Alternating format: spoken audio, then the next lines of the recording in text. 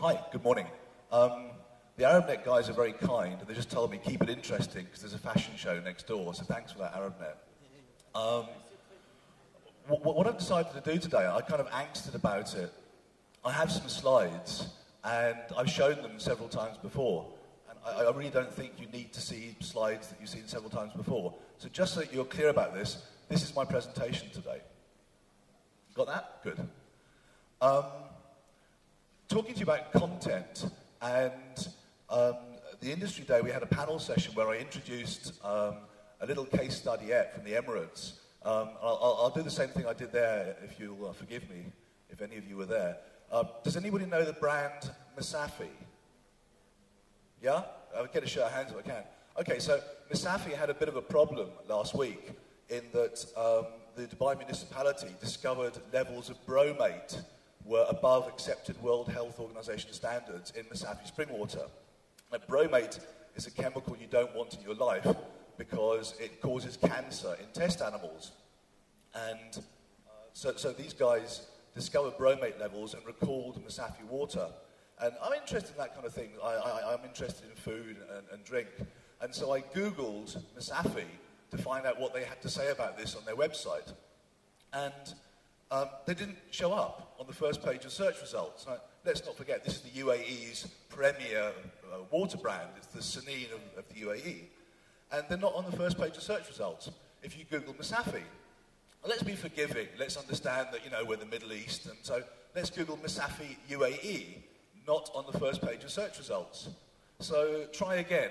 Masafi spring water UAE, not on the first page of search results. Let's try again. Masafi mineral water UAE, not on the first page of search results. Because their website is built using a technology called Flash, which destroys search engine optimization. Flash is a non-textual technology. It's all graphical, so the text on your website is not searchable. So Google, Yahoo, Bing, DuckDuckGo don't pick the text up. So Masafi is not discoverable. If you go to www.masafi.com, you actually find out there's nothing on their website about the product recall.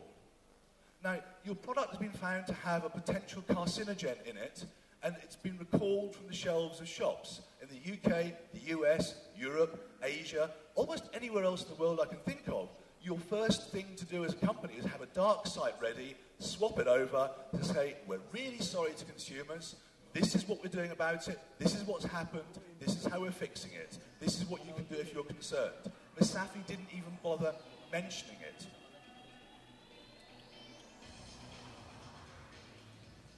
I'm dead, aren't I? So, what's the problem here? There's a number of problems. The first one is that Masafi didn't care enough to respond to consumers. When I'm concerned, I've been drinking Masafi for 18 years. I'm a loyal brand advocate of Masafi. But when I go there with mild concerns, what I reach is a website that shows me some bugs flying around being natural. I get nothing from the company. The company has effectively let me down as a consumer. Because they haven't got their content presented properly, they're not discoverable. Now, I don't know about you, but I find that our behaviors have changed. We're looking for discoverability. When I meet somebody for the first time, I Google them. I Google the name. What are they? Who are they? What's their track record? Who's their company? What's the company track record? What's their website look like? Do they have a communication strategy already? What's their strategy look like? I'm interested in those things. That's why I Google people. And we tend to do that. Should we just go next door? I've got pretty mic, yeah.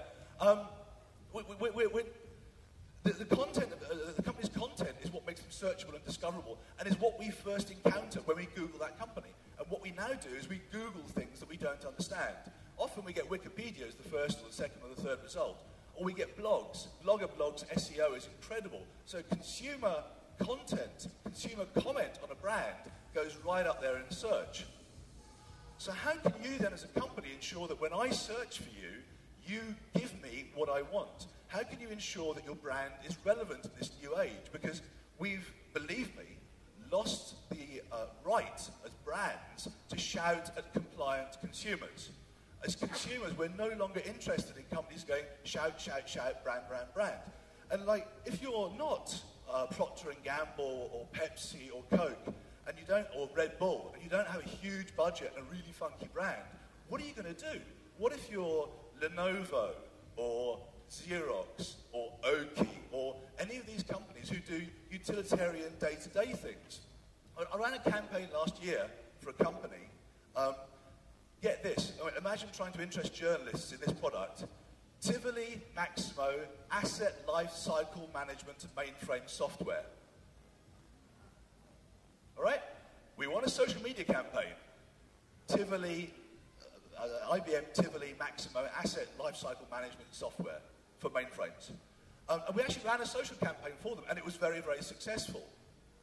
So what do? How can you work with content to ensure that your brand is relevant in this new age? How can you possibly talk to consumers? Let's take, say, color printers. Do we really want to hear about color printers every day? Do we want to follow a color printer company on Twitter? Do we want, hey, 10 things you didn't know about color printing? 20 tips to maximize your color printing efficiency. There's only so far you can go down that road without people just going, unblock spam, or unfollow, block spam. It's difficult. How do you make brands relevant? The first thing you need to do to build in is discoverability. I want to find your brand when I look for it. I want to find you when I look for the product or service. You want me to find you when I look for the product or service. So if I Google plumbers UAE, it's the guy that's thought about search engine optimization, who's thought about search and what customers are looking for, who's built his website and blog to feature plumbers UAE, I will find first. He'll be on the top. And don't forget, companies spend $45, $50 on some categories of search per click to ensure that they're on top of the bought search results. But you can actually achieve a huge amount by placing your company on the organic search results, by investing in SEO. What are your consumers, your customers looking for, and how are they going to find you? When they Google you, what are they going to get? And what you actually have to do is create a huge amount of content. Now, I'm sure everyone in this room is quite aware of it, but if you're not, my novel Olives is available in all Beiruti bookshops. I have written as much text to market that book as I wrote when I wrote the novel. I wrote as much text again, because you have to create content to be discoverable. You have to put stuff out there, stuff that's relevant, stuff that matters to people. And if you don't have enough to talk about, or you don't have stuff that interests consumers, you've now got a challenge. You've got to go out and find something that people are interested in. So we've really moved the model on from a model where brands have a megaphone that they buy and shout at consumers, to a model where you've got to find some way of making yourself relevant to people. And then we have the idea of community. Brands today have to work with and create and empower communities. You know, you hear people say, we're giving back to the community. In today's model, you have to give forward to the community. It's a giving before taking kind of thing. I'll give you a great example. It's a client of mine, IBM. IBM spent $10 billion developing Linux, helping to develop Linux software. Now, the cool thing about Linux software is it doesn't cost a penny. It's free. If you want Linux, go out, download it. It doesn't cost you anything. So why would IBM spend $10 billion helping to develop a piece of software they don't make one penny out of? One reason is that the global Linux community, which are all the geeks and the Unix heads and the really techie guys who used to hate IBM, the dominant mainframe company, now love IBM, the respectful member of their community. And I'm shouting at you for 15 minutes. If I give you nothing else, please take this phrase away. A respectful member of a community. One of the things I do in my private life, apart from writing books like my novel Olives, which is available in all Beirut bookshops, for $15.99. One of the things I do is, one of the things I do is I'm not involved in running an event called Geekfest. It's a silly little thing. So one of my problems today is I told Omar, I want to talk about content, I want to talk about PR, and I want to talk about Geekfest. And he said, you've got 15 minutes, yalla. Geekfest started as an idea just as a gathering for online people that wanted to meet offline. And it started in Dubai. And it was a silly little thing, and we just announced it on Twitter. We're having a meet-up, come along if you want to. And we thought it'd be quite funny that all these geeks would sit there sort of texting each other in a room. And actually what happened was a room filled with very communicative, very lively, vibrant audience of smart people that really wanted to be with each other. And so that was all lovely. And we said various things about it, like we want to be like the internet, it can't have any rules. So people said, what time does it start? And I said, well, it starts when you come. well, what time does it end? When you leave. And I found that people actually wanted rules. So I told them 7:30 and they were happy, and 11 o'clock and they were happy with that. And the room filled with people, and that was lovely. I had a great time. They said, well, should we do it again? Yeah, let's do it again. But next time, can we have a sort of purpose to it? So I said, yeah, okay, let's have a purpose to it. So we'll have some talks. We'll do some talks. And so the second Geekfest happened, and there were some talks. And bit by bit, we sort of evolved an event where people had stuff to do. Today, Geekfest includes some art stuff, a game fest, talks, a workshop.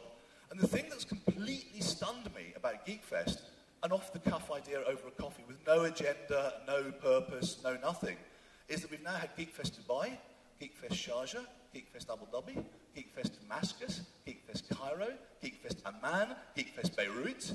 We're going to have Geekfest Ramallah. We're just about to have Geekfest Jeddah. How did that happen? It doesn't make a penny. It doesn't do a thing. It has no purpose. It's become a Middle East regional event based around one really important word: community. People that want to be together. And one of the things we do with Geekfest is the food and drink is free. And that means I've got to find brands who are willing to work with me to make that free for Geekfest. And that's been really funny for me, because given my day job, going to brands and saying, you can come to Geekfest, but only, and this is important, only if you're a respectful member of the community. And we make brands sign a contract. They pay $1,500 to come to Geekfest. They're not sponsors. They get no logo. And they sign a contract which says, I promise not to hassle the geeks. And that's the words in the contract. And I love, believe me, it's perverse to me, I love watching brands sign that contract. It gives me a little thing. But then they do it. They come along. So you've got a pop-up and a brand. Here I am. Come and talk to me. Do you know what happens, ladies and gentlemen? The geeks talk to the brands, and the brands talk to the geeks. Then the geeks go home and they tweet, and they Facebook, and they blog, and they do the other things that geeks do. So the brand's reach through that community is actually quite considerable. And, you know, the old thinking of, well, I'm going to put an advertisement in Gulf News, it's got 120,000 readers, and I'm going to reach 120,000 people. You know, 120,000 of us don't care about you. We never did care about you. Today, I didn't wake up going, what am I going to do about my colour printing solutions? I didn't wake up going, my Pajero, is that the car for me? Does that reflect the man I am? Or maybe I want a better four-wheel drive. Maybe I want to feel the scent of the desert air. I don't think those things. I don't believe that Axe deodorant makes chicks fancy me. I'm beyond that, I'm 47. I don't believe that panty pads make you a freer, more successful mother. Or that you have a better day at work. Or that your temper is improved anyway. I don't believe these things. Brands have been lying to me for so long, and I'm actually no longer prepared to put up with that. I don't want to be lied to by brands. I want them to be a respectful member of the community. Talk to me. Tell me about what you're offering. Tell me about your drink. Or give me some fun. Make it entertaining. Somebody said entertainment. Great. But while you're entertaining me, can you also remember that I'm a human being and I want to be talked to? So if you can find ways where your organisation and what it does are made relevant to communities, by giving to those communities, I would submit that you're on a track to success. When you add to that the ability to take that stuff and create content out of it. So if you're running, or at Geekfest, for instance, you can blog about it, you can Facebook it, you can tweet it, you can YouTube it, you can do all sorts of things with that activity. So activities that your company undertakes to give to communities, ideally with no overt thought of success or gain out of it, but by helping people, you can then create viable content that makes you relevant to those communities.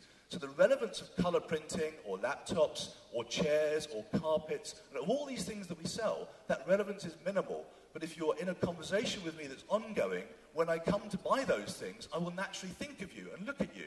I mean, Nokia is an example of a company that really got it with Geekfest. They turned up to the second Geekfest with a mobile phone and a lead to connect to a TV.